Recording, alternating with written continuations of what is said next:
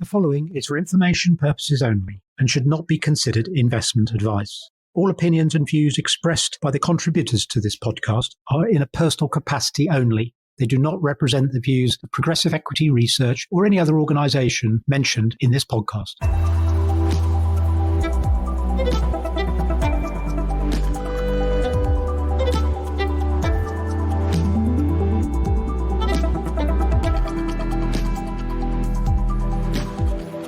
Okay, it is Friday the 23rd of January, a slightly late start to the year, but Happy New Year, Jeremy, and welcome back. Wow, it seems like at least a couple of years since we last did this, but it's probably only been about 6 weeks. I don't know. It's been a few weeks, but you're right. There's certainly a couple of years' worth of news and exciting developments, good, bad, ugly, and amusing, probably, I'd say, and an enormous amount going on.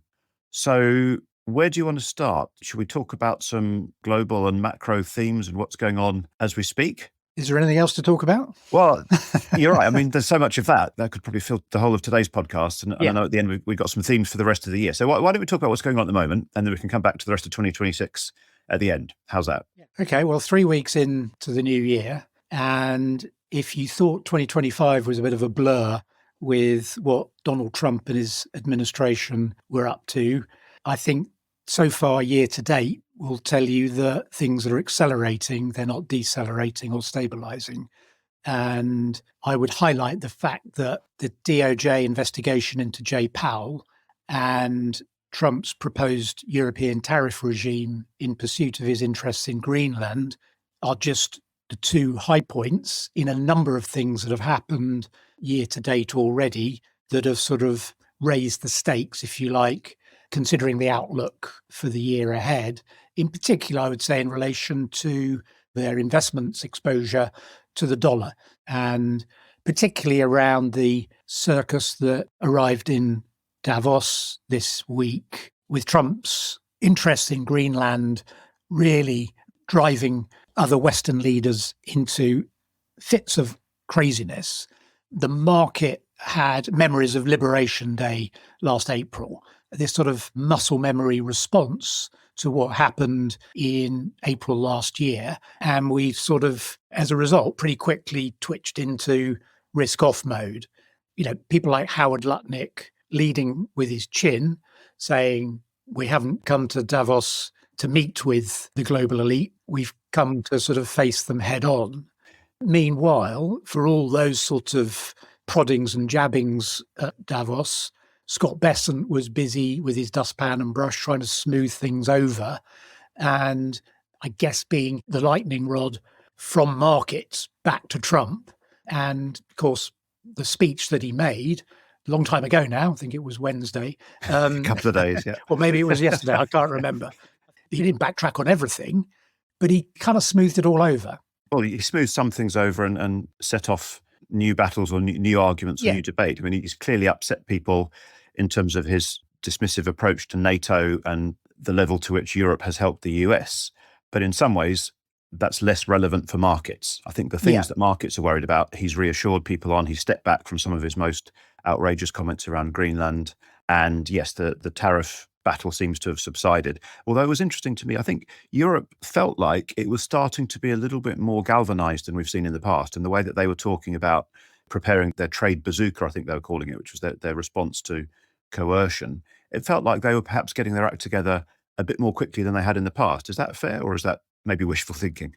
I think it's absolutely right. And I think it's absolutely the outcome that Trump wants. And it's all this thing about take him seriously, but not literally. Right. Okay. And for all the bluster, you know, of Macron in his full sort of Napoleonic stance that Europe will use their trade bazooka and their power to deflect the evil raider into their heartlands. There's a sort of this Trump delegation. Actually, he's looking for the response. Right. And the message he's sending is not just to the European leadership. It's not just to the people that are gathering in Davos. It's a message to his own base, and it's a message to Russia and China. And I think China in particular. We don't know what deal he's done with Mark Rutte, other than Rutte calling him daddy again. We don't know what the Trump whisperer of the day has actually done to calm him down. And I don't think it really matters, because everyone knows, and everyone knew before he went, that he can do whatever he wants in Greenland. We're not going to stop him.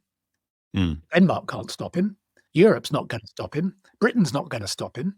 No. We're going to shout and scream about it. And it's just like when he first said 10 years ago that the enemy's China.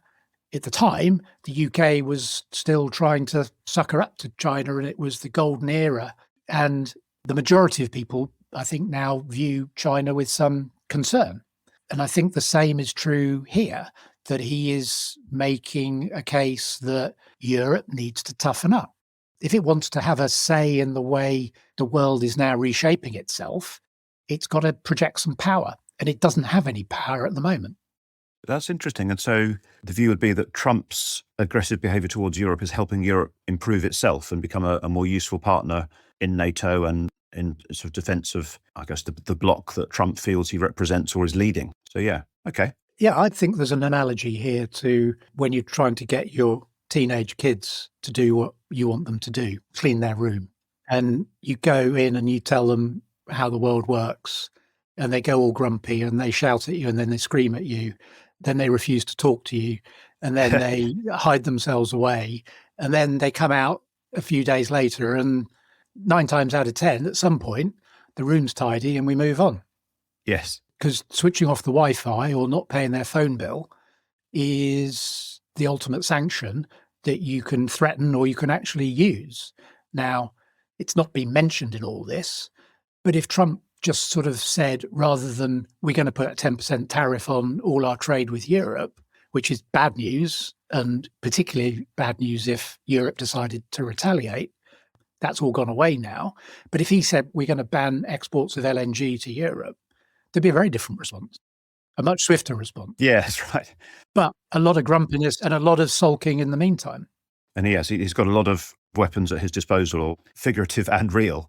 Yes, the fact that he's not bounded by diplomatic convention of calling people as he sees it or calling situations as he sees it, including deeply offending people who have lost loved ones in Afghanistan and Iraq in Europe, Absolutely. for example. Yeah. Outrageous. I mean, it's not defensible in any way.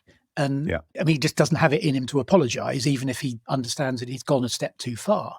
But this is a guy that's he's a bull in a china shop. And it's all about, rather than analysing every detail of what he says, it's sort of analysing what he's prepared to do. And we haven't talked about it yet, but already this year, he's taken out a head of state in a near neighbour in Venezuela. Indeed. Yeah, the insurance premium for unaligned dictators in the Western Hemisphere, their insurance premiums have gone through the roof. His unpredictability is increasing. Certainly, I wasn't sure it could. And so how are markets reacting to this? How do you think the market is trying to make sense of it? Or is it just accepting that it can't? I think all other things being equal, we've had this sort of muscle memory response from the markets that we're probably a bit overweight the dollar, when we're very overweight US equities, probably unhedged. And at the margin, if you're a global investor, you're probably laying bets outside of the US, so everywhere else. And that is reflecting itself in a weaker dollar. Of course, things don't happen in isolation. So as all this has been going on, not a great week for Japan decide to call a snap election and cause a mild panic in the Japanese bond market, which has helped drive longer duration sovereign bonds, particularly Japanese bonds, upwards and to the right. So there's quite a few cracks in the system emerging.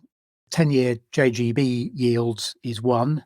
The silver price is another, which is approaching $100 as we speak, if not already there, dragging the gold price with it towards $5,000 an ounce, which is just incredible. It's amazing, yeah. So the Japanese yields and precious metals prices are signalling that there are difficulties out there.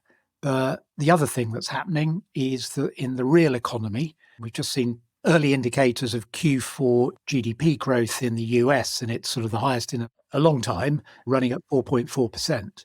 So economic growth in the US, if you believe the statistics, are catching up with economic growth in China.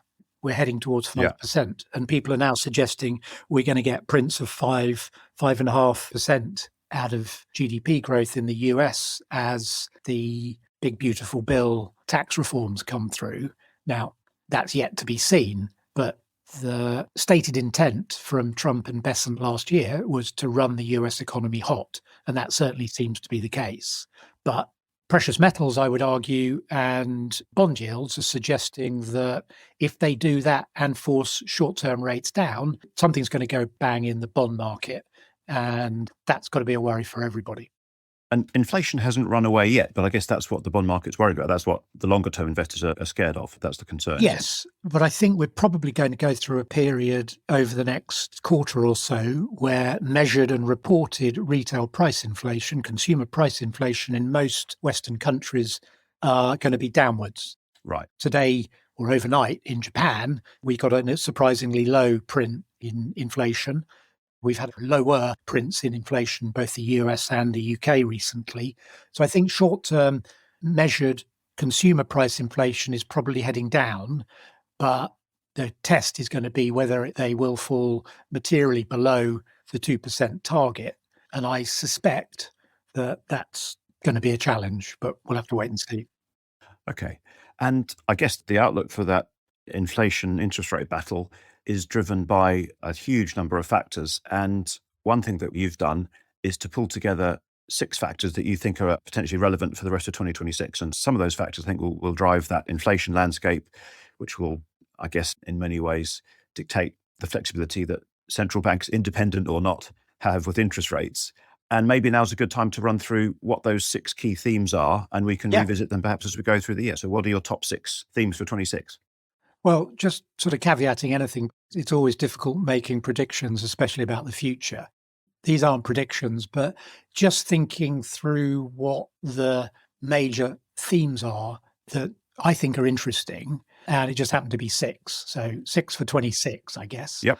And they are robotics and autonomous driving, the space economy, the rise of the Chinese consumer, healthcare catches up, energy joins the commodity party. Okay, yeah. And a theme that we've talked about a lot, or I've written about quite a bit in 2025 and before, is the ongoing great rotation.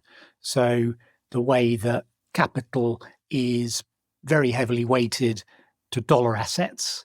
And I think there's many features that are slowly turning a very large wheel of capital accumulation away from dollar-denominated assets.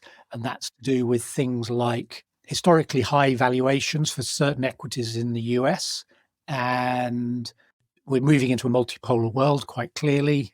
Mark Carney, I think, probably made the best speech at Davos talking about this week. The great turn of phrase, you either have to be at the table or you end up being the menu. And, Right. I think this sort of new geopolitical world we live in, we're going to keep using the dollar. The dollar's not going to disappear. The dollar will remain the currency for international trade, but it's less likely that dollar assets, and in particular treasury bonds, will be, well, they're no longer the dominant reserve asset for most central banks in the world. A thing called gold has caught up very quickly. Those sort of trends are going to continue.